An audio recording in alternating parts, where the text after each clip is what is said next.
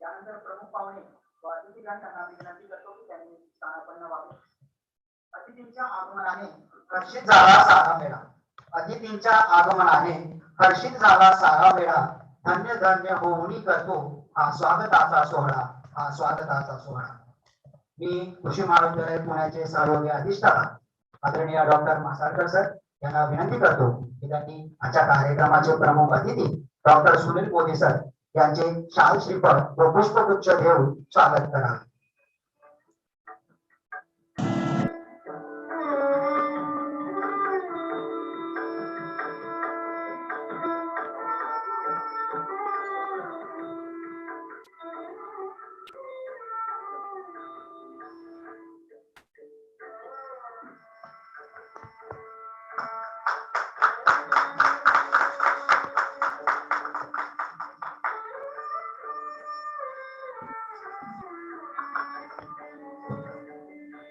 धन्यवाद सर.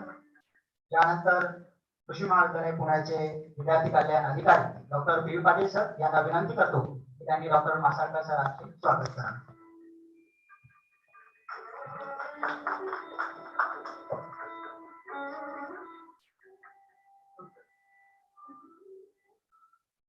धन्यवाद सर. त्यानंतर राष्ट्रीय सेवा योजनेचे प्रोग्राम ऑफिसर डॉक्टर सावळे सरांना विनंती करतो की त्यांनी डॉक्टर पी पाटील सरांचे स्वागत करा. धन्यवाद. Thank you sir. तसेच मंचावर उपस्थित NSS programme officer doctor Abhay Patil sir, NSS officer doctor Naze Tambole sir, doctor Prajyotikar sir, तसेच ऑनलाईन उपस्थित श्रोते वर्ग, प्राध्यापकगण व विद्यार्थी बंधू भगिनी या सर्वांचे कृषी महाविद्यालय पुणेच्या वतीनं मी कार्यक्रमात मनपूर्वक स्वागत करतो. त्यानंतर आजच्या कार्यक्रमाचा थोडक्यात आढावा देण्यासाठी मी मंचावर आमंत्रित करतो कृषी महाविद्यालय पुणेचे विद्यार्थी कल्याण अधिकारी doctor P Patil sir.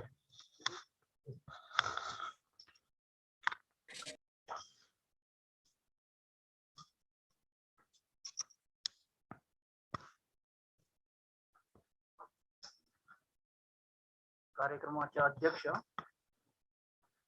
Masalkar sir,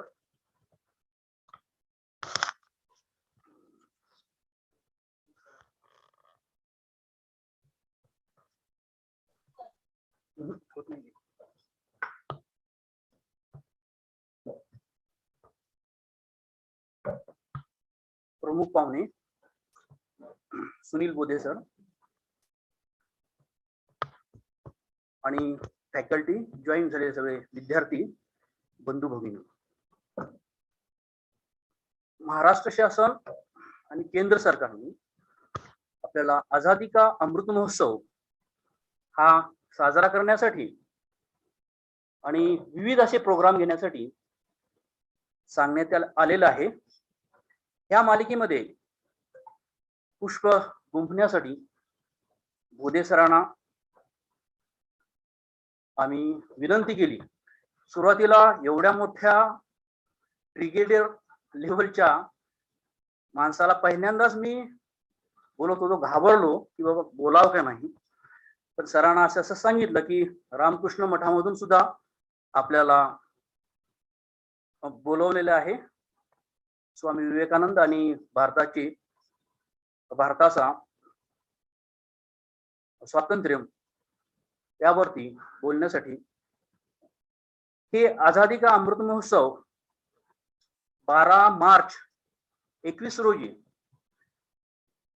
आपण सुरुवात केलेली भारतामध्ये 75 आठवडे अगोदर आणि ह्या 15 ऑगस्ट 2023 पर्यंत चालणार आहे. आजचा योगायोग असा की अध्यक्ष आपले असे डीन आणि प्रमुख पाहुणे दोघांचं नाव पण एकच आहे. आणि सरांना मग ब्रिगेडियर सरांना बोधे सरांना मी फोन केला की असं आपण वेळ द्याल का, आणि असं रामकृष्ण मठामध्ये पण आपल्याला त्यावरती बोलायचं आहे. सर लगेच म्हणाले की मी वारकरी आहे, मी रामकृष्ण मठाला पण अटॅच आहे, मी कीर्तनकार आहे आणि ज्ञानेश्वरीवरती प्रवचन, कीर्तन, गाथावरची प्रवचन करतो आणि मी विठ्ठल मंदिरासमोर विठ्ठलासमोरच आहे. मला खूपच आनंद झाला. आणि दुग्ध शर्करा योग म्हणतात तसं आर्मी आणि अध्यात्म यांची अत्यंत दुर्मिळ अशी घटना असल्यामुळे पहिल्यांदाच फोन केला होता सरांना, आणि त्यात हे जे दुग्ध शर्करा योग आला त्यामुळे खूपच आनंदित झालो मी.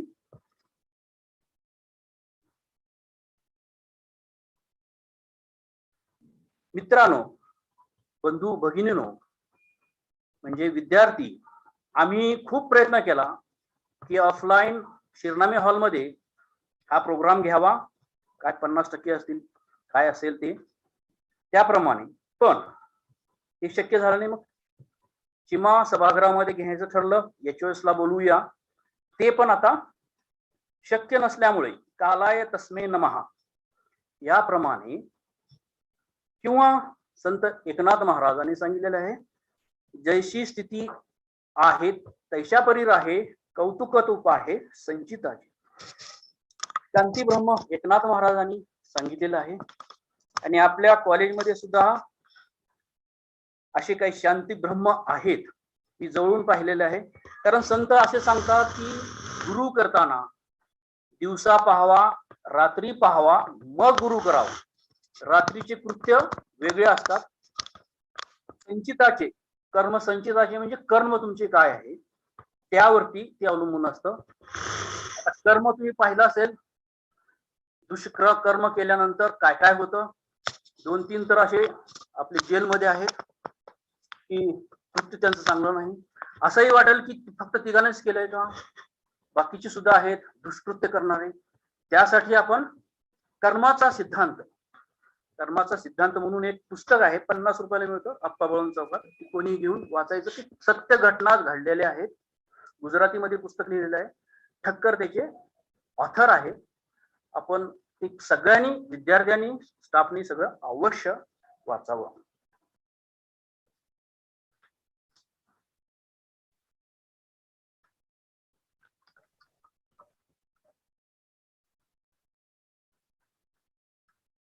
आता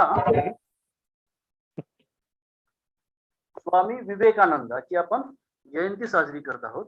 स्वामी विवेकानंद शिक्षण कसं असावं, चारित्र्य घडवणारे, मानसिक बल वाढवणारे, बुद्धी विशाल करणारे आणि स्वावलंबी बनवणारे असे शिक्षण हवे आहे, देशाला हवे आहे.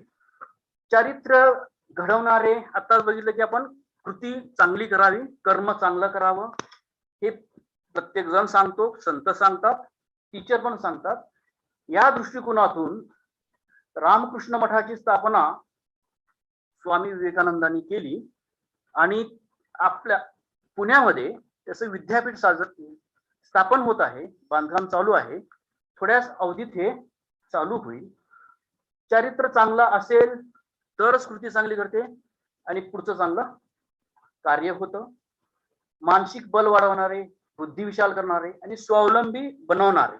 हे स्वावलंबी बनवण्यासाठी आता तुम्ही जर रामकृष्ण मठाची पाहणी केली किंवा गेलात तर त्याच्या बाजूला झोपडपट्टी आहे, पर्वतीचा पायथा, त्याच्यावरती झोपडपट्टी आहे. झोपडपट्टी किती आपले हे बघतात की गुन्हेगार वगैरे असतात, पण त्यांना पण शिक्षण देऊन रामकृष्ण मठाने असे 7 साधू तयार झालेत. ते 7 साधू विवेकानंदावरती, चरित्र्यावरती पूर्ण भारतभर ते फिरतात. साधू म्हणजे ब्रह्मचारी साधू आहेत. असे विशाल कार्य रामकृष्ण मठातर्फे केलं जातं. आणखी एक संत सांगतात की चारित्र्य चांगलं असावं आणि आपल्यामध्ये थोडीशी लबाडी किंवा चाणक्यपणा पण पाहिजे, जेणेकरून आपण दुसऱ्याला कुणाला फसवायचं नाही, पण आपण पण फसवले जायला नको. आता कालच एक लेक्चर घेत होतो मी.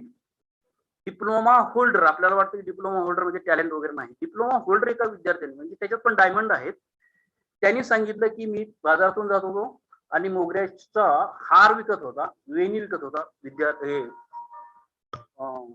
बाजारामध्ये बसलेला मुलगा तो सांगत होता की 1 महिना टिकेल अशी मी वेणी मोगऱ्याची विकत आहे, ती घ्या घ्या म्हणून ओरडत होता. तिकडून एक लेडी झाली, आल्यानंतर मॅडम मोगरा 1 महिना टिकतो, घ्या ना. मॅडम म्हणाल्या बरोबर आहे दादा, तू सांगितलं बरोबर आहे, मागच्या महिन्यात मी तुझा मोगरा नेला होता, तो अजून सुकला नाही, मग आता कसं काही नेणार मी, ते सुकल्यानंतर मग नंतर नेते. म्हणजे एवढं चाणक्यपणा हा सुद्धा आपल्या अंगी पाहिजे असे संत सांगतात, आपण नाही. तर त्यानंतर आणखी एक विद्यार्थी दुसरा बोलला, डिप्लोमाचाच होता, विवेकानंदावरती काल अर्धा तास बोलला. त्यांनी सांगितलं त्याचे शब्द की विवेकानंदांचे आपण गुंजळभर घेऊन ज्ञान काय सांगणार आहेत, आणि मोटिवेशनल लेक्चर्स आपण सगळे एका पारड्यात ठेवलेत जगातले, पृथ्वी तलावरचे, आणि स्वामी विवेकानंदाचं एक जरी ठेवा तर पारडं जड होईल आणि खाली जाईल. एवढी मोठे आघात त्यांचं ज्ञान आहे, आघात कार्य आहे देशासाठी केलेलं, समाजासाठी केलेलं. आणि स्वामी विवेकानंदाच्या एक चरित्रामध्ये पण एक गोष्ट आहे की एक इंग्रज अधिकारी येतो, चहा पित असतात हे सगळे. स्वामी विवेकानंद बशीने चहा पित होते. इंग्रज म्हणतो की what Indians, you are not using cup, you are using saucer, you are backward. तेवढ्यात एक डिव्होटी येतो, भक्त येतो. त्यावेळेस स्वामी विवेकानंद चहा सॉसरने पित होते, बशीने पित होते. त्या कपातला चहा त्या डिव्होटीला दिला आणि सांगितलं this is our Indian culture, we are distributing our happiness to the people of India, this is our culture, Indian culture. असं सांगितल्यानंतर त्याला पटलं. म्हणजेच अशी चाणक्य बुद्धी पण लगेच उत्तर देण्याची आपली ताकद पाहिजे, त्यावेळेसच तो संत होतो, त्याच वेळेस तो बुद्धिमान आणि काहीतरी घडवू शकतो जगामध्ये, भारतामध्ये. आता त्याच्यानंतर स्वावलंबी बनवण्यासाठी आपण कॉलेज ऑफ ऍग्रिकल्चरनी म्हणजे शिक्षण द्यावं, पण त्यामध्ये खूपच बरेचसे गरीब पण आहेत, फार्मर्सचे, लँडलेस लेबरचे विद्यार्थी पण मेरिट मध्ये आहेत, काही ओपनचे आहेत, पण त्यांना शिक्षणाची खूप तळमळ आहे पण फायनान्स नाही. त्यामुळे आपण आपल्या कॉलेजने CSR खाजगी फंडामधून 41 विद्यार्थ्यांना आपण 42 लाख अशी स्कॉलरशिप, जेणेकरून ती शिक्षण त्यांचं पूर्ण होईल, अशा वेगवेगळ्या 6-7 आपण स्कॉलरशिप सुरू केलेले आहेत. त्यानंतर एक्सपिरियन्शियल लर्निंग प्रोग्राम 10 मॉड्यूल्स आहेत, त्यामध्ये ते स्वतःच्या पायावरती उभे राहतील, प्रोडक्शन पासून ते मार्केटिंग पर्यंत ते करतील. आणि एक्सपिरियन्शियल लर्निंगचा लॉकडाऊनच्या आधी आपण इथे विक्री करत होतो, गेटवरती विक्री सेंटर आहे सर आपलं. स्टुडंट्स माती म्हणजे बेड तयार करण्यापासून विक्री करण्यापर्यंत ते सगळं करतात, पॅकिंग, ग्रेडिंग. तिथं भाजीपाला राहत नाही, खूप गर्दी असते, घेऊन जातात. त्याच वेळेस ICRची टीम आली होती, ICRची टीमने पाहिलं की प्रोडक्शन करतात, विक्री पण करतात आणि DC ratio, cost benefit ratio सगळं, आणि त्याच्यानंतर 50% त्यांना आपण नेट प्रॉफिटच्या देणार. स्वावलंबी होण्यासाठी जे स्वामी विवेकानंदांनी सांगितलेलं आहे, शिक्षण तर आहेच, एक्सपिरियन्शियल लर्निंग आहे, शिक्षणासाठी त्यांना मदत आहे. त्यानंतर आपण एक्सपिरियन्शियल लर्निंगच्या पाठोपाठ SC SP फंड्स आपल्याला केंद्र शासनाचे येतात, त्याद्वारे आपण ओपन साठी सुद्धा SC SP जरी हेड असलं तरी सगळ्यांसाठी आपण ओपन केलेले आहेत. आपण लॉकडाऊन मध्ये 2020 मध्ये 67 लेक्चर ऑनलाईन घेतलेले आहेत. त्यानंतर 127 लेक्चर मागच्या वर्षी घेतले, ह्या वर्षी 100 लेक्चर घेणार आहोत. 18 ऑगस्ट पासून हे सुरू करणार आहोत. आपण सगळ्यांनी विद्यार्थ्यांना विनंती करतो की सगळ्यांनी ऑनलाईन आपण जॉईन व्हावे. नुसतंच लेक्चर आपण घेत नाही तर रीडिंग मटेरियल साठी आपण त्यांना देण्याचा प्रयत्न करतो. हे पुस्तक जे कॉम्पिटेटिव्ह एक्झाम्स आहेत त्याच्यासाठी आपण एक पुस्तकाचं दालन सेंट्रल लायब्ररीमध्ये केलेलं आहे. 6.5 लाखाचे ह्या वर्षीपर्यंत आपण पुस्तक घेतलेले आहेत. अशा तऱ्हेने आणि 37 लेक्चर्स आपण ऑनलाईन घेतलेले आहेत सर विद्यार्थ्यांसाठी. आपण सारखं प्रयत्न करत आहोत. विद्यार्थी कल्याण किंवा आपले अंडरचे NSS NCC सगळे तत्पर आहेत की विद्यार्थ्यापर्यंत आपण पोहोचूया. त्यांना असं वाटायला नको की आपण लांब आहोत. सारखे आमचे लेक्चर चालू आहेत. अनिकेत आणि NSS ऑफिसर सगळे सावळे सर वगैरे सारखे तत्परतेने करत असतात. एवढंच नाही तर आपण healthy mind resides in healthy body याच्यासाठी आपण स्पोर्ट्सची फॅसिलिटीज आणि बरेच जिम वगैरे नवीन आपण सुरू केलेले आहेत. आणखी मुलींच्या वसतिगृहाला सुद्धा आपण हे करणार आहेत. आणि युनिव्हर्सिटी आणि कॉलेजच्या हिस्ट्रीमध्ये पहिल्यांदाच की 1000 ट्रक आपण माती टाकून 4-5 फुटाचा खड्डा होता, पाणी थांबत होतं ग्राउंडवरती, खेळायला पण नीट येत नव्हतं, ते असं आपण केलेलं आहे. त्यानंतर अजून काही प्रगती आपण करणार आहेत. बॅडमिंटनचे सिंथेटिक कोर्ट वगैरे केलेलं आहे. हेल्थ साठी आपण प्रयत्न करत आहोत. सर आमच्या विनंतीला मान देऊन आलेले आहेत. खूप खूप धन्यवाद आणि खूप खूप आभार सर. एवढी मोठी व्यक्ती पहिल्यांदाच आपल्याकडे येत आहे. धन्यवाद sir. Thank you.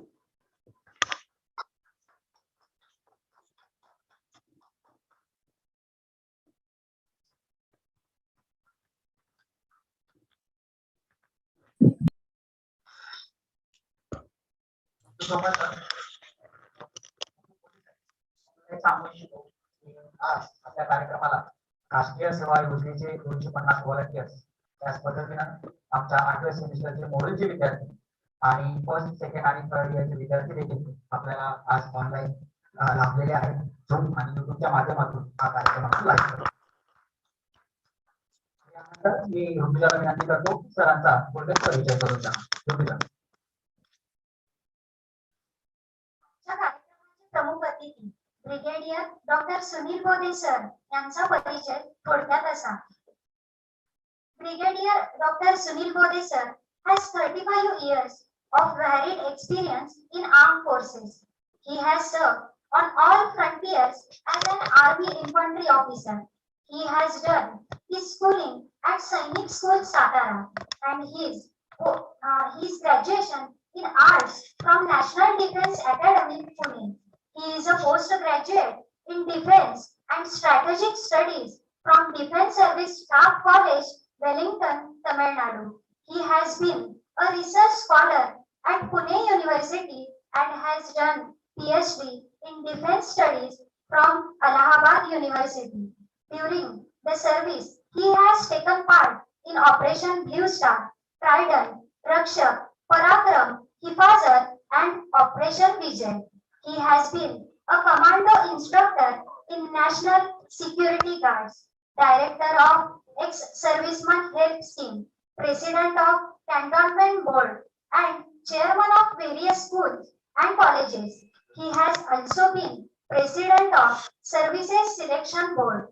He is a proficient speaker on topics of national security and personality development. He is also a student of spiritual studies and give discourses on Naneshwari and Sant Tukaram Gatha. After his long service to the nation as a soldier, he is now focusing on nation building activities by training and motivating youth. He is running an institute, Brigadier Brodhe's Career Institute in Pune, to coach students aspiring to join armed forces and CAPF. Now, I would like to invite our today's guest of honor, Dr. Sunil Bode sir, to address students on the topic of Swami Vivekanand birth anniversary and Azadi Ka Amrit Mahotsav. Sir.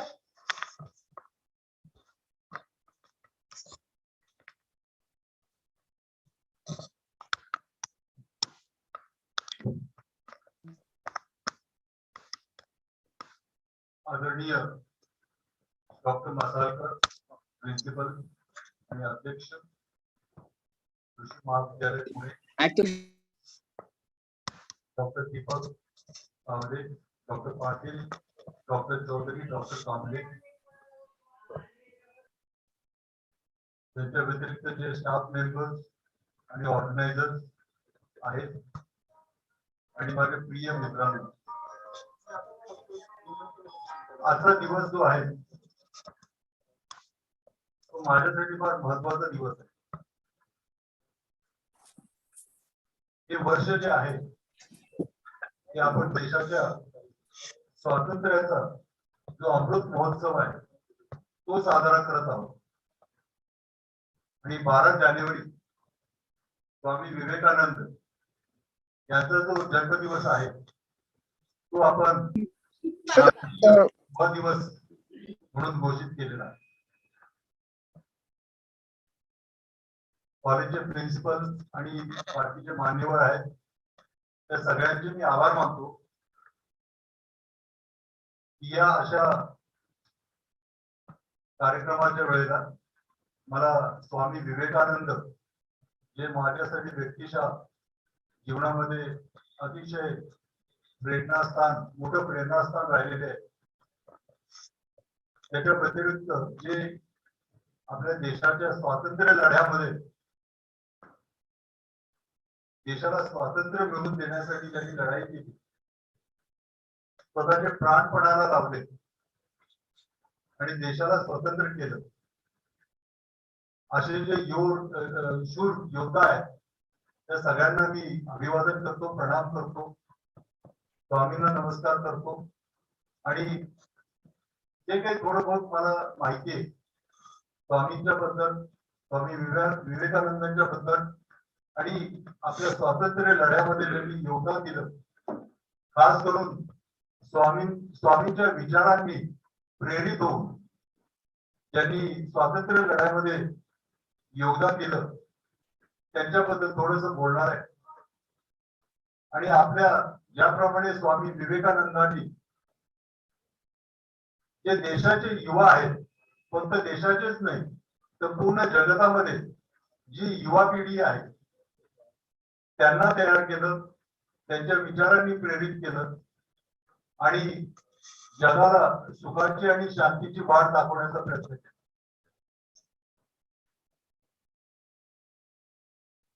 जेव्हा मी स्वामी विवेकानंदांचं चरित्राचा अभ्यास करतो किंवा त्यांच्याबद्दल ऐकतो, लहानपणापासून आपण सगळेजण स्वामी विवेकानंदांच्या बद्दल ऐकत आलो.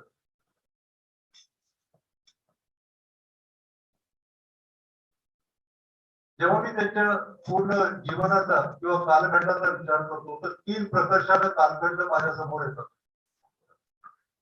सगळ्यात पहिला जो कालखंड आहे तो आपल्या देशाच्या स्वातंत्र्यासाठी पहिला लढा लढला गेला होता, फर्स्ट वॉर ऑफ इंडिपेंडन्स 1857.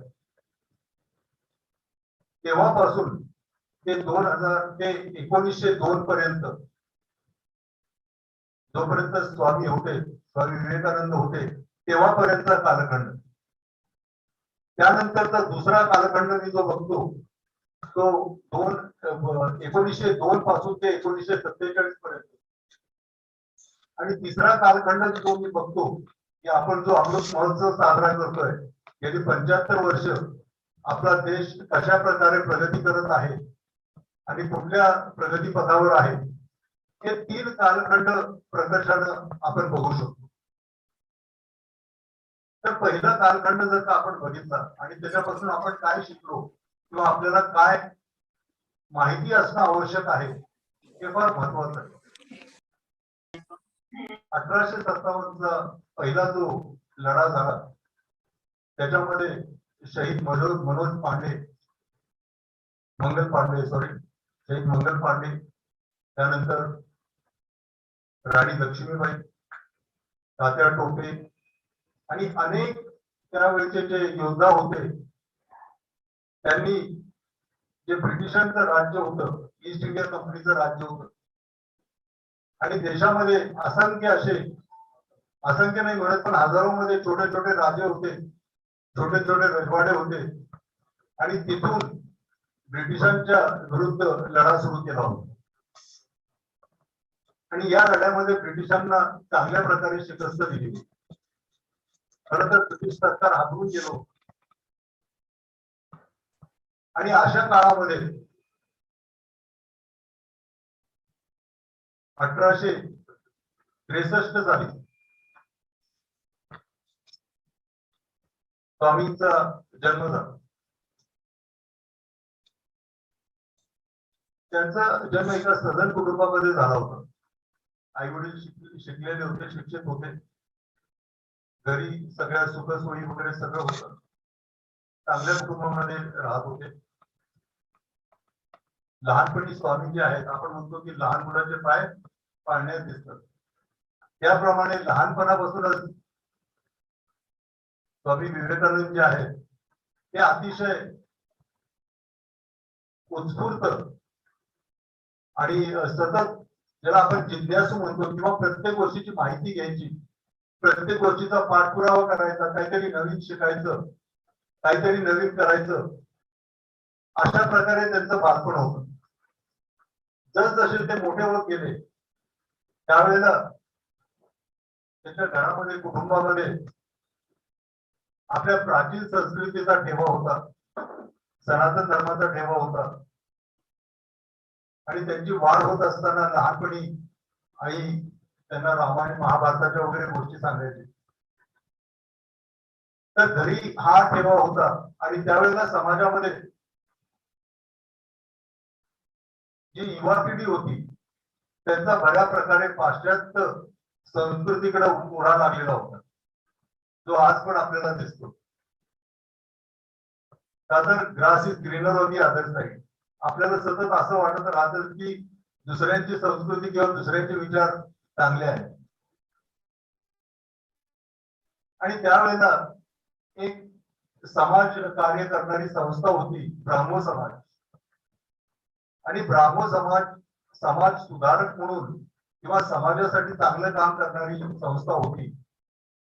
आणि त्यांची मूर्तीपूजेवर जास्त विश्वास नव्हता, कार्यावर जास्त विश्वास. त्याच्या व्यतिरिक्त समाजामध्ये प्रत्येक व्यक्ती त्याच्या धर्माने ओळखला जात होता. कोण मुसलमान आहे, कोण हिंदू आहे, कोण ख्रिश्चन आहे, कोण बौद्ध आहे, कोण जैन आहे. त्यामुळे स्वामींच्या मनामध्ये एक प्रकारचं द्वंद्व निर्माण झालेलं होतं. तसं खरं तर आपल्या सगळ्यांच्या मनामध्ये पण आपण जेव्हा मोठं होत असतो त्यावेळेला हे द्वंद्व चाललेलं असतं. पण आपण काय करतो, डोळे मिटून घेतो. पण ते स्वामी विवेकानंद होते. तर त्यांना हा प्रश्न सतत भेडसावत होता की खरोखर देव आहे का, आणि असला तर तो कोणी पाहिलाय. तर हा प्रश्न भेडसावत असताना साधारण एक 17-18 वर्षाचे ते होते. त्यावेळेला त्यांना त्यांच्या घराच्या जवळ एक स्वामी होते, श्री संत रामकृष्ण परमहंस यांची ओळख झाली. आणि ती ओळख झाल्यानंतर आता हे जिज्ञासू युवा, सगळ्याची माहिती पाहिजे, सगळ्या शंका दूर झाल्या पाहिजे, मनामध्ये स्पष्टता आली पाहिजे, विचारांची स्पष्टता आली पाहिजे.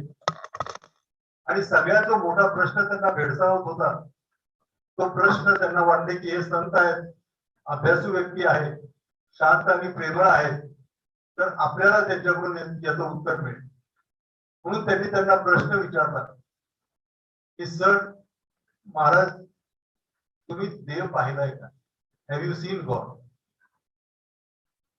तर त्यावर जे उत्तर श्री रामकृष्ण परमहंस यांनी दिलं ते फार महत्वाचं उत्तर होतं. ते उत्तर होतं, हो, मी देव पाहिलाय आणि तुझ्यातही पाहतोय, आणि तुझ्यामध्ये अतिशय प्रखरतेनं पाहतोय. तर हे उत्तर दिल्यानंतर हे जरा वेगळं उत्तर होतं. मला पूर्व इतिहासामध्ये जायचं नाहीये, 7व्या-8व्या शताब्दीबद्दल बोलायचं नाहीये, का तर शंकराचार्यांनी त्यावेळेला अद्वैतवाद मांडलेला होता आणि देव आणि माणूस हा वेगळा नाही आणि माणसाचाच देव बघितला पाहिजे हे शिकवण आपल्याला दिली होती. तर या विचारांना प्रेरित होऊन स्वामींनी त्याच्यानंतर आपल्या आयुष्याची 3-4 जी महत्वाची वर्ष होती ती सगळी अभ्यास करण्यामध्ये घालवली. त्यावेळेला त्यांनी भारताची संस्कृती, प्राचीन संस्कृती, हिंदुइझम किंवा धर्म, हिंदू धर्म, बाकी सगळे धर्म, या सगळ्या धर्मांचा अभ्यास केला आणि मानवता धर्म. तर या सगळ्यांचा अभ्यास करताना एक 3-4 छोट्या छोट्या गोष्टी स्वामी विवेकानंदांच्या आयुष्यामध्ये होऊन गेल्या, त्या फार महत्वाच्या होत्या.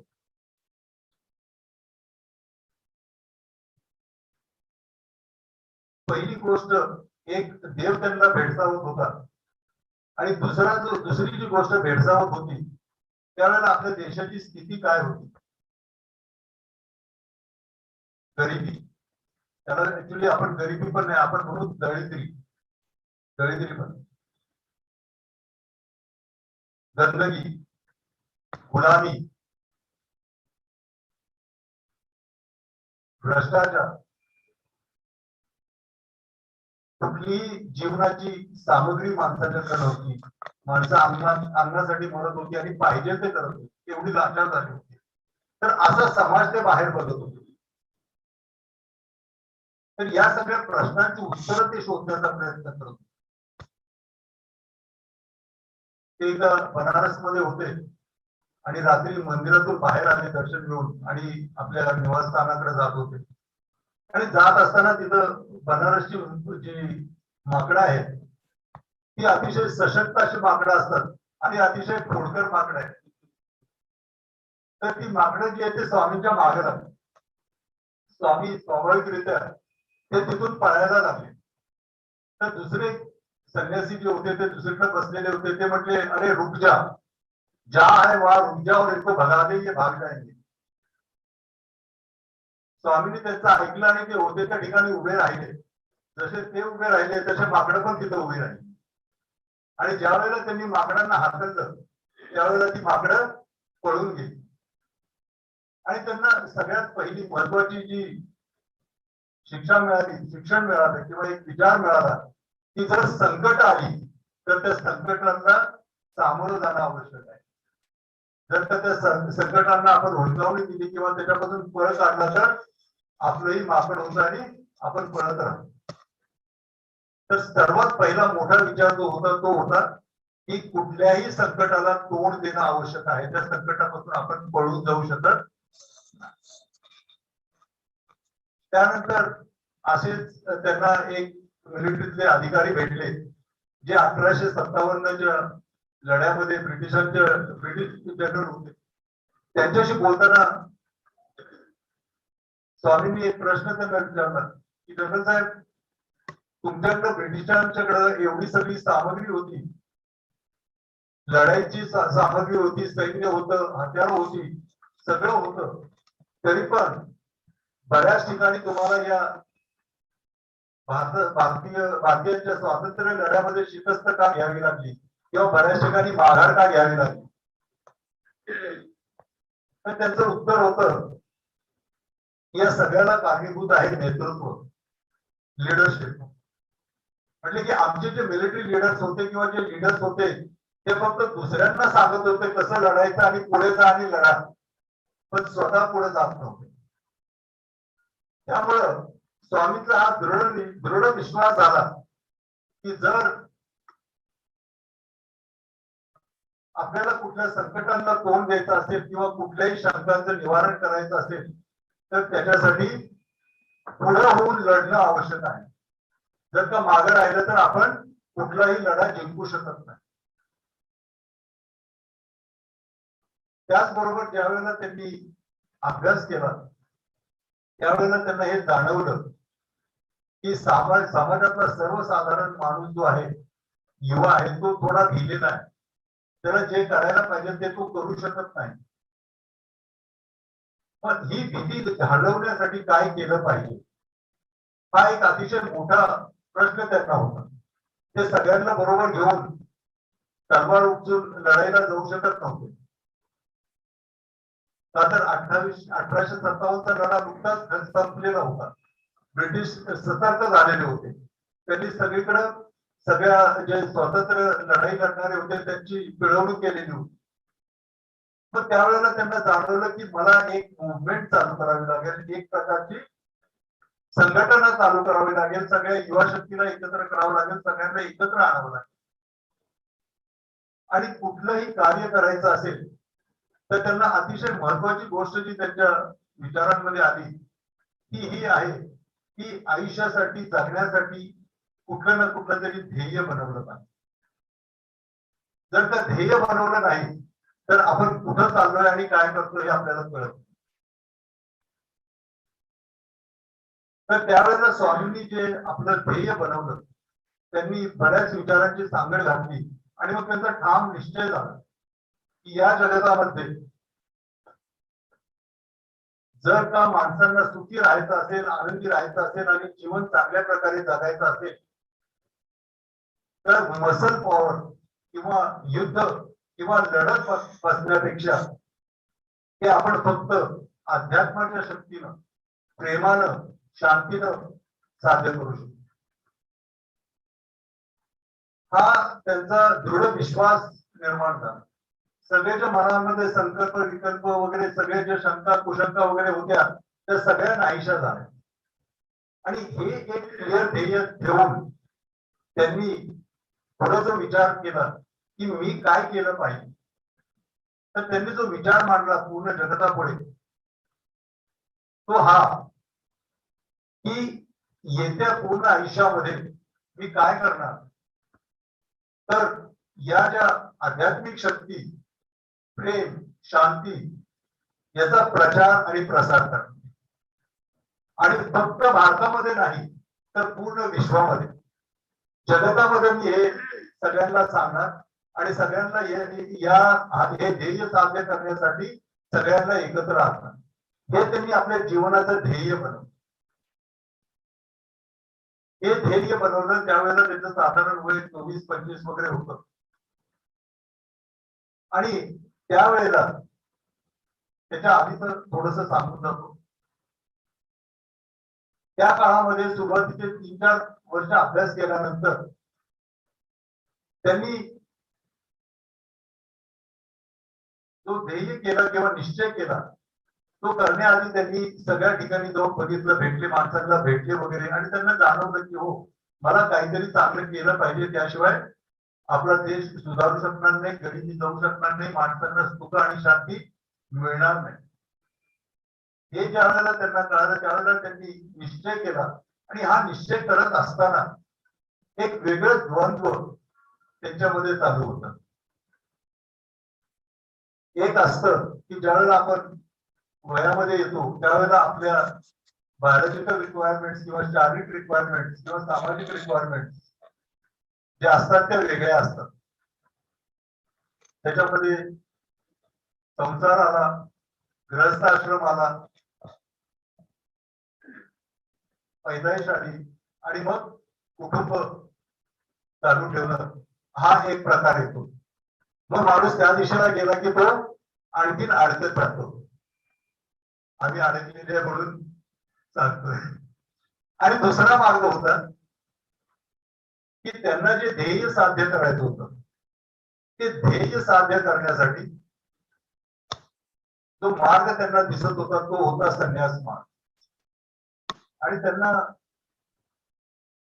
विचारांती हे पटलं की मला जर का माझं ध्येय साध्य करायचं असेल, जर मला देशासाठी आणि मानवतेसाठी किंवा पूर्ण विश्वासाठी काही करायचं असेल तर ते करण्यासाठी मी जर का संन्यासी राहिलो किंवा संन्यास मार्गाचा स्वीकार केला तरच मी हे करू शकेन. आणि मग त्यांनी आयुष्यातला सगळ्यात मोठा निर्णय घेतला तो म्हणजे संन्यास मार्ग पत्करण्याचा. आणि मग ते संन्यासी झाले.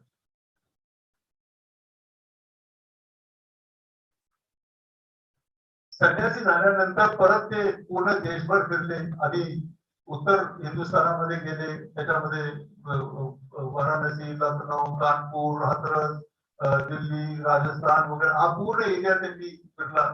तिथले राजे रजवाडे होते, बाकीचे समाजातले माणसं होते, त्यांना भेटले. त्यानंतर ते दक्षिण भारतामध्ये आले, पुण्यामध्ये आले, बाल गंगाधर टिळकांना भेटले आणि त्यांचे जे विचार होते टिळकांचे, त्यांनी ते सुद्धा त्याने पण ते प्रेरित झाले. स्वराज्य माझा जन्म सिद्धांत आहे आणि तो मी मिळवणार. तर या विचारांनी प्रेरित होऊन मग ते पूर्ण खाली बँगलोर, मैसूर, तामिळनाडू, कन्याकुमारी पर्यंत गेले. आणि या पूर्ण प्रवासानंतर तुम्ही कल्पना करा, त्यावेळेला मेट्रो ट्रेन नव्हती, त्यावेळेला रेल्वे नव्हत्या, त्यावेळेला बसेस नव्हत्या, राहण्यासाठी लॉज नव्हते आणि खाण्यासाठी किंवा भीक देण्यासाठी सुद्धा माणसांना स्वतःकडे खाण्यासाठी नव्हतं, भीक कोण देणार. अशा परिस्थितीमध्ये 7-8 वर्ष ते फिरत राहिले. जनसंपर्क, जनजागरण, जे त्यांचे विचार होते त्यांचा प्रसार आणि प्रचार हे करत करत ते दक्षिण भारतामध्ये पण आहे. त्यानंतर त्यांना असं वाटलं की मी बऱ्यापैकी भारतामध्ये सगळीकडे फिरलेलो आहे. 1893 साली एक त्यांना माहिती मिळाली की अमेरिकेमध्ये शिकागोमध्ये विश्व धर्म परिषद होणार आहे. तर त्यांचं जे ध्येय होतं त्या ध्येयाचा तो दुसरा अंक होता, तो म्हणजे की फक्त भारतामध्येच नाही, मी पूर्ण जगताला माझ्या विचारांनी जोडणार आहे.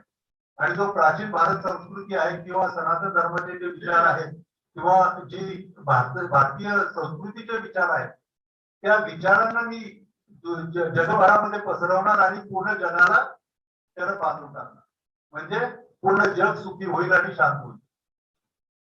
तर यावेळेला त्यांना जेव्हा हा मौका आला त्यावेळेला आता आपण विचार करू शकतो की त्यावेळेला भारतातून अमेरिकेला जाणं इतकं सोपं होतं. विमान सेवा नव्हती, पैसा जहाजांनी प्रवास करावा लागायचा, बसनी गाड्यांनी प्रवास करावा लागायचा. त्यांना इथून अमेरिकेला पोहोचायला साधारण 1.5 महिना लागला.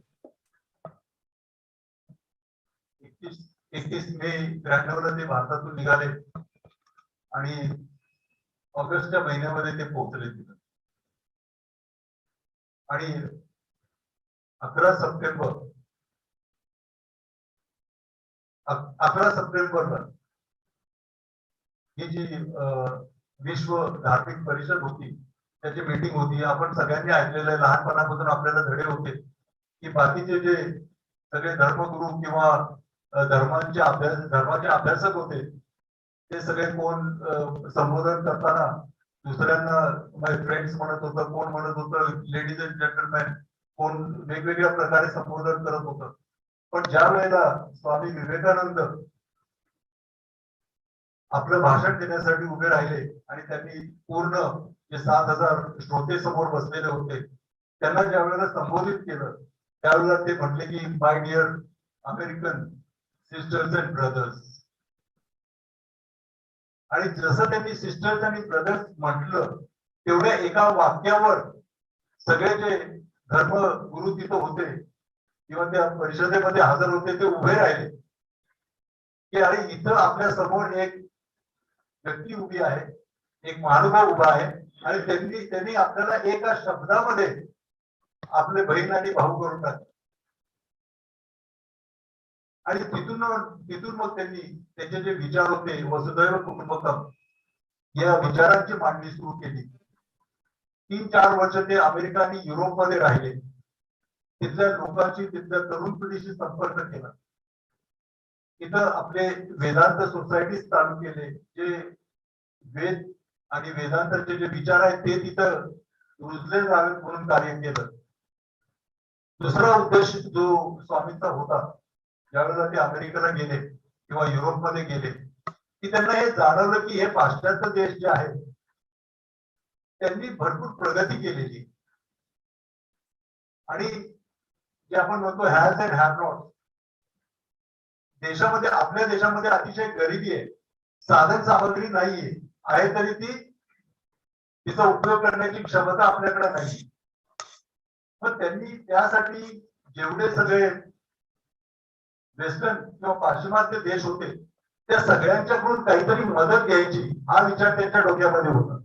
मग ती सामग्रीची असो, विचारांची असो, टेक्नॉलॉजीची असो, कुठलीही असो. आणि या सगळ्या देशांची प्रगती आणि हे सगळं बघितल्यानंतर त्यांच्या मनामध्ये दुसरा एक दृढ संकल्प निर्माण केला त्यांनी, आणि तो म्हणजे की मीही माझ्या देशाला एक सुधारित देश म्हणून, एक मॉडर्न इंडिया किंवा नव भारत निर्माण करणार. आणि त्यानंतर ते जेव्हा भारतात आले त्यावेळेला त्यांनी दोन गोष्टींवर अतिशय प्रकर्षाने लक्ष दिलं. पहिली गोष्ट की स्वतःला निर्बल किंवा निर्बुद्ध समजू नये. का तर आपल्या प्रत्येक माणसामध्ये जेवढी शक्ती आहे त्या शक्तीची आपल्याला कल्पना नसते. एवढी शक्ती आहे, दॅट एनर्जी इज इन्फायनाइट. एवढी शक्ती आहे, पण त्या शक्तीचा आपण वापर करत नाही. त्यामुळे पूर्ण तरुण पिढीला त्यांनी सांगितलं की नाही, शक्ती लावा, डरणार नाहीये. ही पहिली प्रेरणा, पहिला विचार होता. आणि दुसरा विचार जो त्यांनी मांडला, त्यांना हे प्रकर्षाने जाणवलं की आपल्या देशामध्ये अंधविश्वास किंवा सुपरस्टिशन किंवा जे धार्मिक विचार आहेत त्या धार्मिक विचारांना कर्मकांडांनी जोडलेला आहे. आणि पूर्णपणे ज्याला आपण स्पिरिच्युअलिझम म्हणतो किंवा माणुसकी म्हणतो किंवा मानवता म्हणतो, ती पूर्ण झाकाळली आहे. तर त्यांनी त्यासाठी सांगितलं की बाबा तुम्ही अंधविश्वास ठेवू नका, आंधळेपणा करू नका, विचार करा, प्रत्येक गोष्टीला क्वेश्चन करा. आणि हे त्यांनी जे त्याचे विचार होते ते खास करून तरुण पिढीला दिले.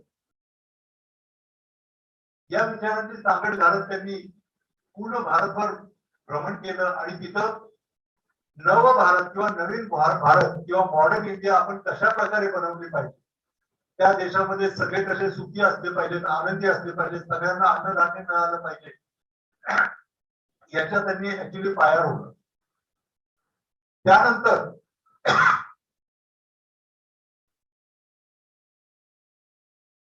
ते अमेरिकेवरून परत आल्यानंतर, कारण 1897 नंतर त्यांना हे कार्य पुढे घेऊन जायचं होतं.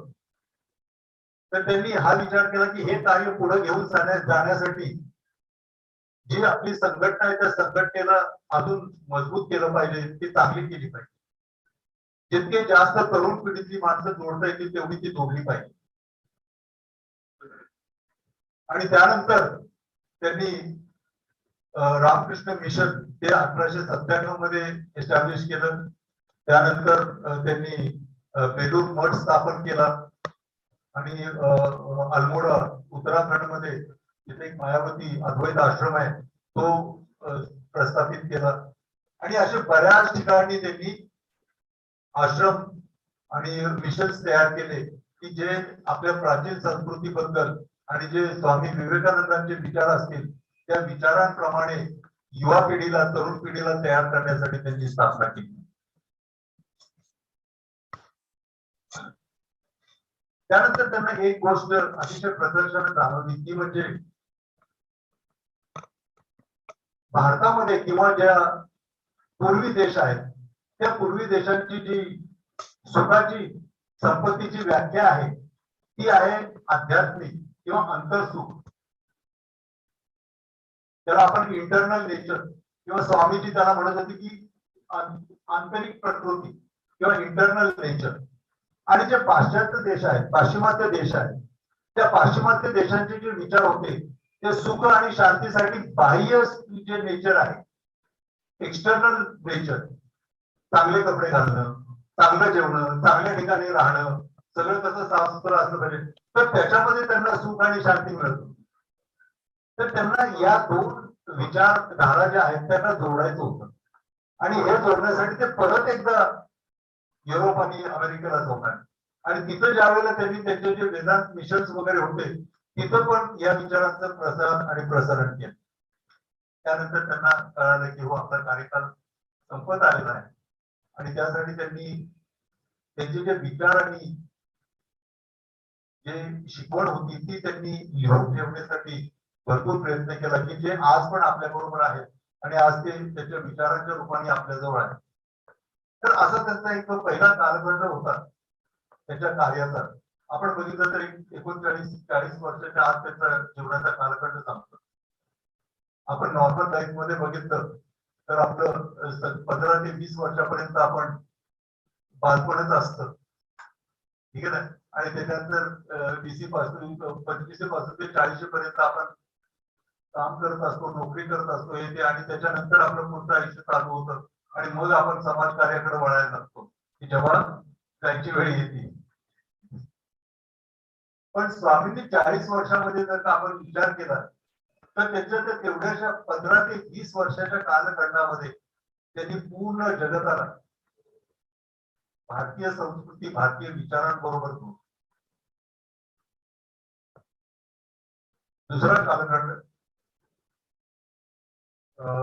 मला वेळेबद्दल सांगावं, थोडस बोलायला लागलं की वेळेचं भान राहत नाही, ठीक आहे. कारण स्वामींचं जसं ज्याप्रमाणे मगाशी पाटील सरांनी सांगितलं की स्वामींच्या बद्दल बोलायचं म्हणजे अथांग सागर आहे. दुसरा जो कालखंड होता तो त्या कालखंडामध्ये आपण बघितलं की 1902 पासून 1947 आपले जे पूर्वज होते त्यांनी अतिशय कठोर असा लढा दिला. त्याच्यामध्ये 2 विचारधारा होत्या. त्या दोन्ही विचारधारा स्वामी विवेकानंदांपासूनच प्रेरित होत्या. एक महात्मा गांधींची विचारधारा होती इंडिपेंडन्स बाय नॉन व्हायलन्स, आणि दुसरी सुभाषचंद्र बोस यांची विचारधारा होती की नाही, की तुम्ही मला रक्त द्या, मी तुम्हाला स्वातंत्र्य देईन. You give me blood, I will give you freedom. Okay. तर अशा 2 वेगवेगळ्या विचारधारांनी आपला देशाचा जो स्वातंत्र्याचा लढा होता तो लढला गेला, आणि त्याला प्रेरणास्थान जे होते ते स्वामी विवेकानंद होते. बाकी असंख्य ज्यांची नावं आहेत आणि ज्यांची नावं नाही असे असंख्य देशप्रेमी आणि स्वातंत्र्य सैनिक आपल्या देशामध्ये होते, आणि त्यांच्यामुळे 1947 साली आपल्याला स्वातंत्र्य मिळालं. 1947च्या नंतरच्या कालखंडामध्ये आपण बघितलं इंडिपेंडंट इंडिया. आता आपण अमृत महोत्सव साजरा करतोय, तर हा अमृत महोत्सव साजरा करत असताना माझं वय 60 झालं. मी जेव्हा हा कालखंड 75 वर्षाचा बघतो त्यावेळेला मी त्याला 3 घड्यांमध्ये किंवा 3 मोड्स मध्ये बघतो. एक्स जनरेशन, वाय जनरेशन आणि झेड जनरेशन. जे एक्स जनरेशन आहे ते साधारण 1947 ते 1975. दुसरा जो कालखंड आहे तो 1975 ते 2000 वाय जनरेशन, आणि तुम्ही सगळे जे आहात ते झेड. आणि झेड सिक्युरिटी कुणाला असती, ज्याच्यावर जास्त जबाबदारी असते आणि जास्त महत्वपूर्ण असतो, ठीक आहे ना, त्याच्यासाठी. तर त्याप्रमाणे जरी 25 वर्ष आपण बघितली तर मी तुम्हाला सांगतो खरोखर कोणी काही म्हणून देशाने प्रगती केली नाही केली हे म्हणजे याच्यामध्ये मनामध्ये शंका ठेवू नका. मी एक्स जनरेशन बघितलं, वाय जनरेशन बघितलं आणि झेड जनरेशनच्या बरोबर खांद्याला खांदा लावून उभा आहे. त्यामुळे मी तुम्हाला सांगतो की देशामध्ये भरपूर प्रगती झालेली आहे. फक्त भौगोलिक किंवा आर्थिक सुधार नाही. आपली जी नवीन युवा पिढी आहे, जनरली एक्स वाय जनरेशन म्हणत असते की अरे नवीन पिढीला काही कळत नाही, त्यांना काही येत नाही वगैरे. पण मी तुम्हाला सांगतो की आपल्यापेक्षा नवीन पिढीला चॅलेंजेस जास्त आहे, आणि मला याच्यामध्ये काही शंका नाही, कुठलंही दुमत नाहीये. मी ज्या वेळेला नवीन पिढीला विचारतो की what do you believe in, तुमचा विश्वास कशावर आहे, यू बिलीव्ह इन रिलिजन और यू बिलीव्ह इन स्पिरिच्युअलिझम, म्हणजे तुमचा धर्मावर विश्वास आहे का अध्यात्मावर विश्वास आहे. तर ते सगळे मला सांगतात की sir we believe in spirituality, we believe in humanity. धर्म कुठलाही असो, सगळ्यात महत्वाचा मोठा धर्म जो आहे तो मानवता धर्म आहे, ह्युमॅनिटी. आणि तसं बघितलं तर ही शिकवण आपल्याला कोणी दिलेली आहे, तर भारताची जी प्राचीन परंपरा आहे, जी आपली सगळी संपत्ती आहे, आध्यात्मिक संपत्ती आहे, त्या आध्यात्मिक संपत्तीमधून आपल्याला हा वारसा मिळालेला आहे. आणखीन एक स्वामींचा विचार मी सांगायचा राहून गेलो बोलण्याच्या ओघामध्ये, अतिशय महत्वाचा आहे की आपली संस्कृती आपल्याला काय सांगते, जी आपली शिकवण आहे ती दोन गोष्टींवर महत्व आहे. सगळ्यात पहिली जी आहे ती आहे त्याग भावना.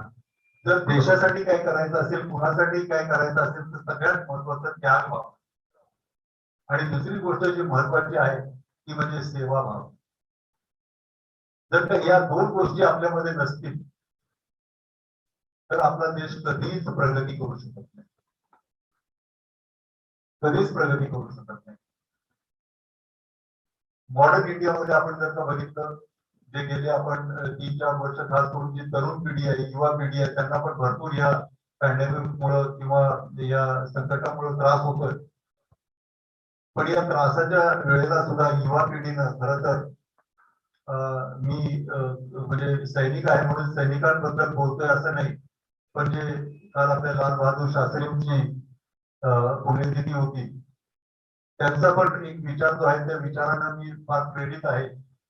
जय जवान जय किसान. बाकी सगळी तुमची कामं ऑनलाईन, पण जय जवान देशाची रक्षा ऑनलाईन होऊ शकत नाही. तुम्हाला तिथंच राहावं लागतं. गेल्या 3 वर्षामध्ये आपण बघितलेलं आहे की देशावर अनेक संकट आली, की चीनकडून असो किंवा पाकिस्तानकडून असो किंवा इंटरनल सिक्युरिटी जी असो, आपले जे शिपाई आहेत, सैनिक आहेत, जवान आहेत, त्या सगळ्यांनी आपल्याला सुरक्षित ठेवलेलं आहे. आणि दुसरं जे आपल्या जीवनामध्ये महत्वाचे जे तत्व आहे ते आहे आपले किसान, शेतकरी बांधव. आज देशामध्ये आपण बघितलं की गेले 2 वर्ष जे बिलो पॉवर्टी लाईन आहेत त्यांना आपण फ्री ऑफ कॉस्ट फुकटमध्ये धनधान्य देतो. या 3 वर्षामध्ये गेल्या सगळ्या गोष्टी थांबल्या असल्या तरी पण आपला शेतकरी जो आहे तो थांबलेला नाही. त्याला बऱ्याच अडचणी आल्या, काही शेतकरी रस्त्यावर पण आले. पण आपण जर का खरोखर विचार केला तर देशाचं खरं या संकटाच्या काळामध्ये पालन पोषण कुणी केलं असेल तर आपल्या शेतकऱ्यांनी केलं, गावाकडच्या माणसांनी केलेलं आहे. तर त्यासाठी मी दोन्ही आपले जे जवान आहेत, सैनिक आहेत, त्यांनाही सॅल्यूट करतो.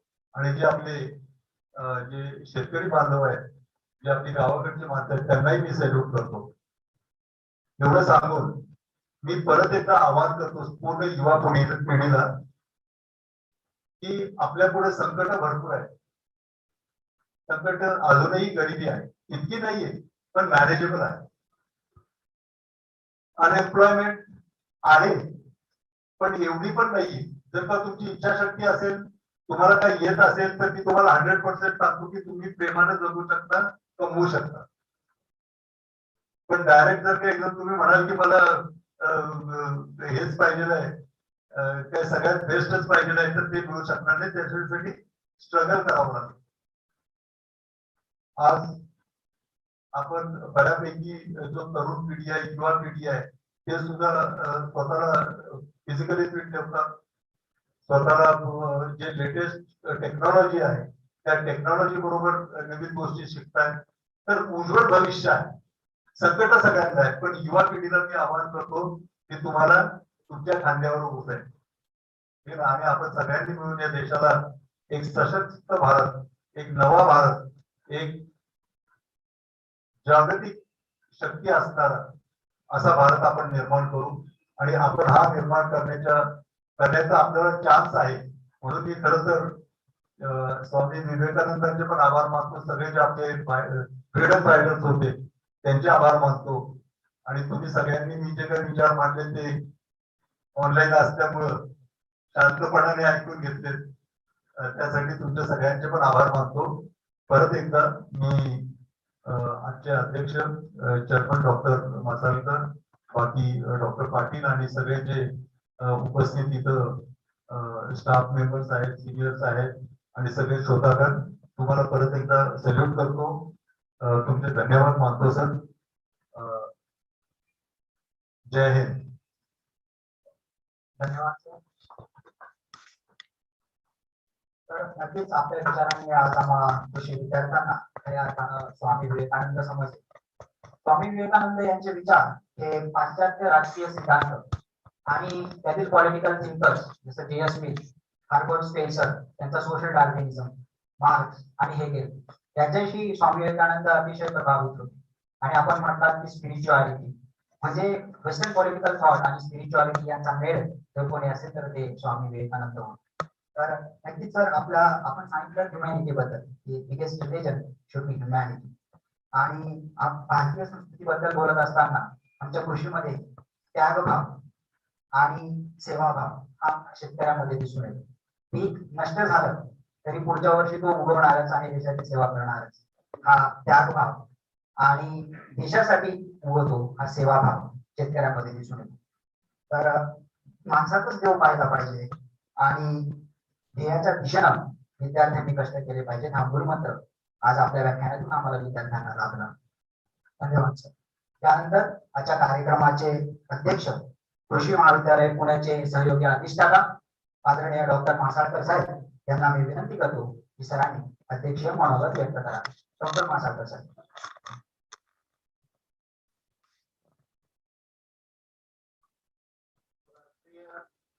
सेवा योजना अंतर्गत आजादी का अमृत महोत्सव या निमित्त आपण जो नॅशनल युथ डे साजरा करतोय त्यासाठी उपस्थित असलेले आदरणीय मोठे साहेब, मोस्ट रिस्पेक्टेड म्हणावं लागेल कारण मिलिटरी रिलेटेड जे कोणी मला भेटतं ज्यांच्याशी कोणाशी माझा संवाद होतो एक वेगळंच नातं मला वाटतं. कारण आज आम्ही जे सुरक्षित जीवन जगतोय कदाचित याचं सगळं श्रेय हे तुम्हाला आहे. आपण इथे आलात आणि अतिशय पूरक मार्गदर्शन आपण केलं. खूप गोष्टी मला प्रकर्षाने जाणवल्या म्हणजे आपल्या भाषणामधून जे वाटलं एक महत्वाचं की संकटांना तोंड देणं माणसाची अशी परिस्थिती गेल्या 2 वर्षाची बघितलं तर एवढं कदाचित संकट त्या देशात कधी झालं नाही. युवा पिढीवर सुद्धा म्हटलं तर काय फारसं वावं ठरणार नाही. कारण आमची सगळी पिढी 2 वर्षासाठी जे काही शिक्षण घेते ते ऑनलाईन घेते. त्या ठिकाणी प्रॅक्टिकल पूर्ण एक्सपिरियन्स असणं गरजेचं होतं. एखाद्याला आपण ऑनलाईन मध्ये घेतोय. पण मला असं वाटतं की त्यामध्ये सुद्धा आम्ही बऱ्यापैकी नॉलेज घेण्याचा प्रयत्न करू. सगळ्यात महत्वाची गोष्ट मला तुम्हाला सांगायची वाटते की माणसाला ध्येय असलं पाहिजे. आणि त्याचं एकदम उत्कृष्ट उदाहरण 15 दिवसापूर्वी हायटेक पॉलिटिकलच्या प्रोजेक्टला आणि काही सक्सेसफुल एंटरप्रिनर बोलवले होते. त्याच्यामध्ये एक 21 वर्षाची मुलगी होती जस्ट 2020 साली ग्रॅज्युएट झाली. I was shocked to listen to it. एक व्यक्ती 2020 साली ग्रॅज्युएट होते आणि 2021 साली ती 96 लाखाचा एक हायटेक प्रोजेक्ट पॉली हाऊसचा टाकते. ते पण सासवड सारख्या एरियामधून फारसा पैशाचं बॅकग्राऊंड नसताना पण तिच्यात असलेला उत्स्फूर्तपणा तिच्यात जिज्ञासू वृत्ती त्याच्यामुळे वडील सुद्धा तेवढी डेअरिंग करतात की आपल्या मुलीसाठी 96 लाखाचं इन्व्हेस्टमेंट करण्याची आता त्याच्यामध्ये बऱ्यापैकी बँक लोन होतं. आणि बघा दैव कसं साथ देतं आपण म्हणतो ना की सरळ देव आहे की नाही त्या मुलीची जिज्ञासू वृत्ती. आणि त्याच्या अगोदर तिनं 6 महिने एका मशरूमच्या प्रोजेक्ट मध्ये काम केलं. त्या मशरूमच्या प्रोजेक्ट मध्ये 6 महिने डिवोटेडली काम केल्यानंतर तिच्या लक्षात आलं की आपण याच्यामध्ये सक्सेसफुल होऊ शकतो. म्हणजे अनलेस अँड अंटिल त्या व्यक्तीमध्ये जिज्ञासू वृत्ती जर नसती तर तिला ही कल्पना आली नसती की आपण याच्यामध्ये सक्सेसफुल होऊ शकतो. कदाचित वडिलांच्याकडे खूप पैसे असतील तर ठीक आहे मला या 2 कोटीचा प्रोजेक्ट टाकायचा आहे तसंही होऊ शकला असतं. पण तसं न करता तिच्या लक्षात आलं की याच्यामध्ये आपण सक्सेसफुल होऊ शकत नाही. त्याच्या पूर्ण तिनं स्टडी केला मार्केटिंग मध्ये काय प्रोडक्शन मध्ये काय आणि मग ती switch over to polyhouse मध्ये झाली. झाल्यानंतर 96 लाखाचं म्हणजे जर बघितलं तर पूर्ण माळरान आहे तिथे कुठली पाण्याची व्यवस्था नाही असं असताना सुद्धा तिला तो प्रोजेक्ट तिथे टाकला. दैव कसं साथ देतं की 35-40 एकर असलेली प्रोजेक्ट त्या लॉकडाऊनच्या पिरियड मध्ये बंद पडले आणि ती एकमेव कार्नेशन मुंबईला देणारी मुलगी ठरली. ज्यावेळेला 20 रुपये तुमच्या एका बंडलचे जे 20 फुलांची आहे ते त्यावेळेला तिला 200 रुपये एका बंडलची आहे. आणि within a span of 6 to 7 months she could earn around 30 lakhs. 28 lakh रुपये तिला बँकेकडून कर्ज घेतलेलं असल्यामुळं सबसिडीच्या स्वरूपात मिळालं. यात 58 लाख रुपये पिरियड ऑफ 9 months मध्ये ते कमवले आणि व्हॉट इज एक्सपेक्टिंग कदाचित 6 ते 7 महिन्यामध्ये ती पूर्ण फी करणार. याला ध्येय म्हणतात. डेफिनेटली आपण एकच ध्येय करून चालत नाही सर. आमच्याकडे काय होतंय, त्यामुळे जेवढी सगळी मुलं आहेत 250 असतील 500 असतील, यांना काय वाटतं की मी एक ध्येय धरलं एमपीएससी, एक ध्येय धरलं युपीएससी, असं आहे का की 500 जागा फक्त आमच्या मुलांच्यासाठी. म्हणून फक्त ध्येय धरून चालणार नाही, एकच त्याला काहीतरी सबस्टिट्यूट पण असलं पाहिजे. आणि सबस्टिट्यूट जर म्हणाल तर आमच्या एग्रीकल्चर मध्ये एवढे सबस्टिट्यूट आहे की तुम्ही एका गोष्टीमध्ये जरी म्हणजे सुदैवाने जर सक्सेसफुल होऊ शकला नाही तर डेफिनेटली तुम्ही कुठल्या तरी दुसऱ्या विभागामध्ये चांगलं करू शकता. तर माझी सगळ्यांना एकच विनंती आहे, माझ्या सगळ्या विद्यार्थी बांधवांना, डेफिनेटली एक ध्येय तर असलंच पाहिजे, पण ते ध्येयाला लिमिटेशन किती आहेत याचा पण विचार केला. आणि त्याचबरोबर ह्युमॅनिटी हा सगळ्यात महत्वाचा भाग आहे. साध्या गोष्टी असतात. आपण चालत असतानाही, आपण बसमध्ये असताना, आपण वावरत असताना. एक साधं उदाहरण सांगतो की एखादा विद्यार्थी माझ्याकडे आला आणि तो सही मला मागत असेल आणि मी जर त्याला म्हटलं की नाही ना ऑफिस मध्ये आल्याशिवाय मी देणार नाही, तर दिस गोज अगेन्स्ट ह्युमॅनिटी. कशासाठी आपण कसं करायचं? अशा छोट्या गोष्टी सुद्धा ह्युमॅनिटीशी रिलेटेड असतात. आणि एक इन्स्टिट्यूट म्हणून तुमच्या स्वतःमध्ये डिव्होशन असलं पाहिजे. आणि ते जर डिव्होशन असेल तेव्हा इन्स्टिट्यूट मोठी होते, त्यावेळेला तुम्ही पण मोठे होता. अशा सगळ्याचा जर विचार केला तर बरेचसे विचार आपण जे मांडले ते जर अंगीकृत झाले तर डेफिनेटली त्या पिढीला सुंदर भविष्य नक्कीच राहील. पुन्हा एकदा आपण आलात आणि खूप सुंदर प्रकारे आम्हाला सगळं सांगितलं, त्यांची तत्व सांगितली, काही मार्गदर्शन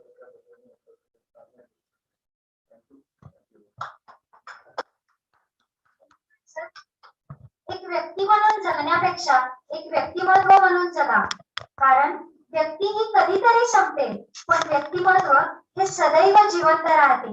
असेच उत्तम व्यक्तिमत्व म्हणजे आजच्या कार्यक्रमाचे प्रमुख अतिथी डॉक्टर सुनील बोधे सरांचे आभार मानण्यासाठी एनएसएस प्रोग्राम ऑफिसर डॉक्टर सावळे सरांना मी मंचावर आमंत्रित करते.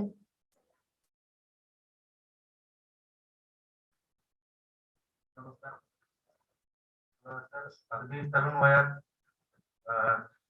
स्वातंत्र्याचा स्वराज्य निर्माण करणारे छत्रपती शिवाजी महाराज यांच्या मातोश्री मासाहेब जिजाऊ यांच्या जयंती, त्याचबरोबर आपल्या अगदी तरुण वयात भारतीय संस्कृतीची अगदी आक्षेपार ओळख करून देणारे स्वामी विवेकानंद यांची पण आज जयंती. हे अगदी म्हटलं तरी काल सुवर्ण युग आहे. आणि या कार्यक्रमासाठी आपण वेळ दिला. जनरली काय रिटायरमेंट नंतर वेळ देणं थोडस अवघड पडतं आणि त्यात कोविड कंडिशन आहे आता. तुम्ही आमच्यापेक्षा आम्हाला लागलं तुमची एनर्जी, असं एक व्यक्तिमत्व आमच्या विद्यार्थ्यांसाठी निश्चितच प्रेरणादायी आहे. मधल्या काळात साधारणतः 250-300 विद्यार्थी जॉईन होते. मोठ्या प्रमाणात आपण आपले विचार नक्कीच उद्बोधक करतील. मी राष्ट्रीय सेवा योजना आणि कृषी महाविद्यालय पुणे यांच्या वतीने आपले मनापासून आभार मानतो. त्यानंतर आमच्या कृषी महाविद्यालयाचे प्राचार्य आणि मासाळकर सर यांचे मी राष्ट्रीय सेवा योजनेच्या वतीने आभार मानतो. त्यानंतर विद्यार्थी परिषदेचे उपाध्यक्ष कांबळे सर ऑनलाईन जॉईन झाले, त्यांचं आणि विद्यार्थी कल्याण अधिकारी म्हणजे पाटील सर यांचे अगदी मनापासून आभार. त्यानंतर इथे उपस्थित असलेले R D Chaudhari sir, NSS officer, NCC officer, sorry. त्यानंतर माझे सहकारी कराडे सर, अजोतीकर सर यांचेही मी मनापासून आभार मानतो. त्यानंतर ज्यांच्या प्रयत्नाने हा प्रोग्राम म्हणजे सरांनी 8 दिवसापासून ठरवलं हा प्रोग्राम ऑफलाईन केला, कोविड कंडिशन कोविड प्रोटोकॉल नाही 8 दिवसापासून आम्ही तयारी करतो आणि ज्यांच्या प्रयत्नाने हा प्रोग्राम यशस्वी पार पडला ते माझे विद्यार्थी 4-5 जण आता नाव घेत नाही त्यांचे, पण ह्या सगळ्यांच्या प्रयत्नातून हा प्रोग्राम पार पडला. त्यांचे मी अगदी मनापासून आभार मानतो. आणि जे ऑनलाईन जॉईन झाले विद्यार्थी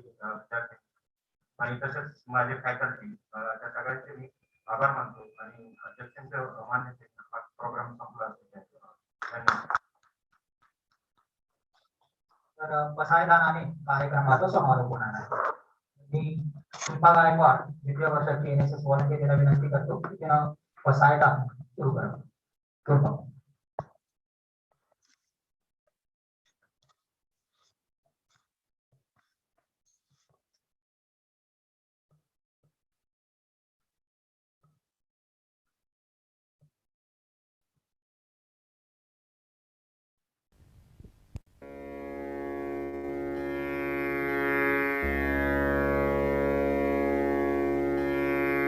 आता विश्वात्मके देवे येणे वाग्यज्ञे तोषावे तोषो निमज द्यावे पसाय दान हे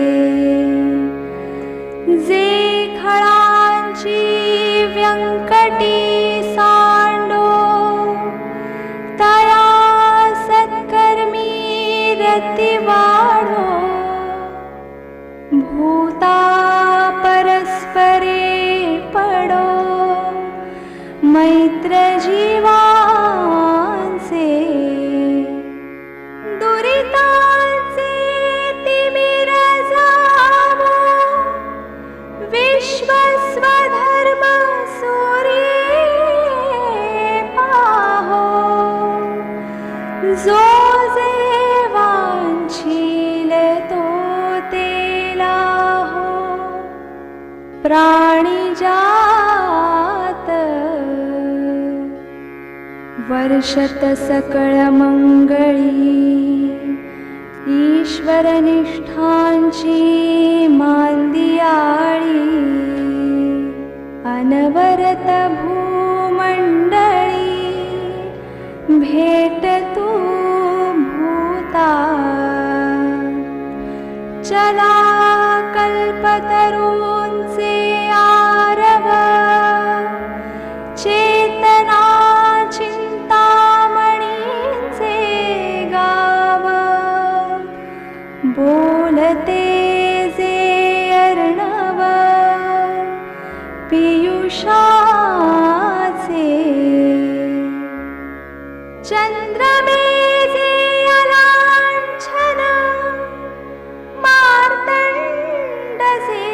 तापहीन ते सर्वाही सदा सज्जन सोय रे हो तू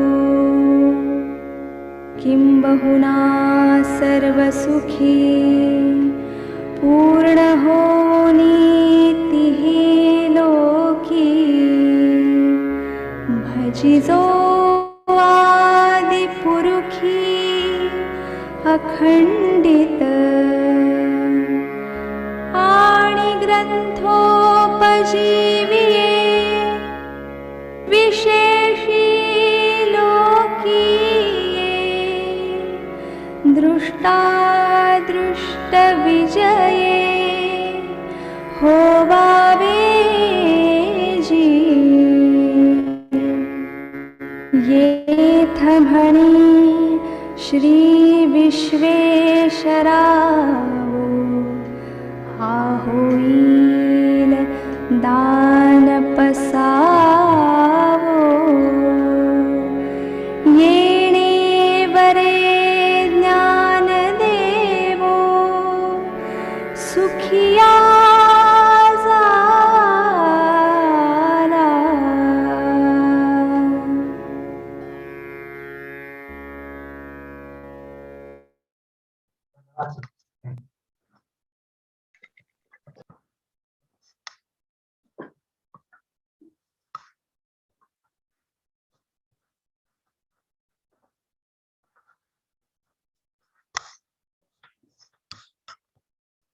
कार्यक्रम या ठिकाणी संपलाय. मी राष्ट्रीय सेवा योजनेच्या विद्यार्थ्यांना विनंती करतो की त्यांनी अटेंडन्स द्यावी.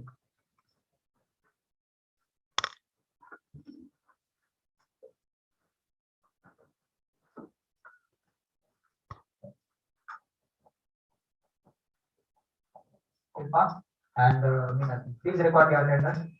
NSS volunteers, please give your attendance in chat box and may leave the meeting. Thank you. Thank you so much.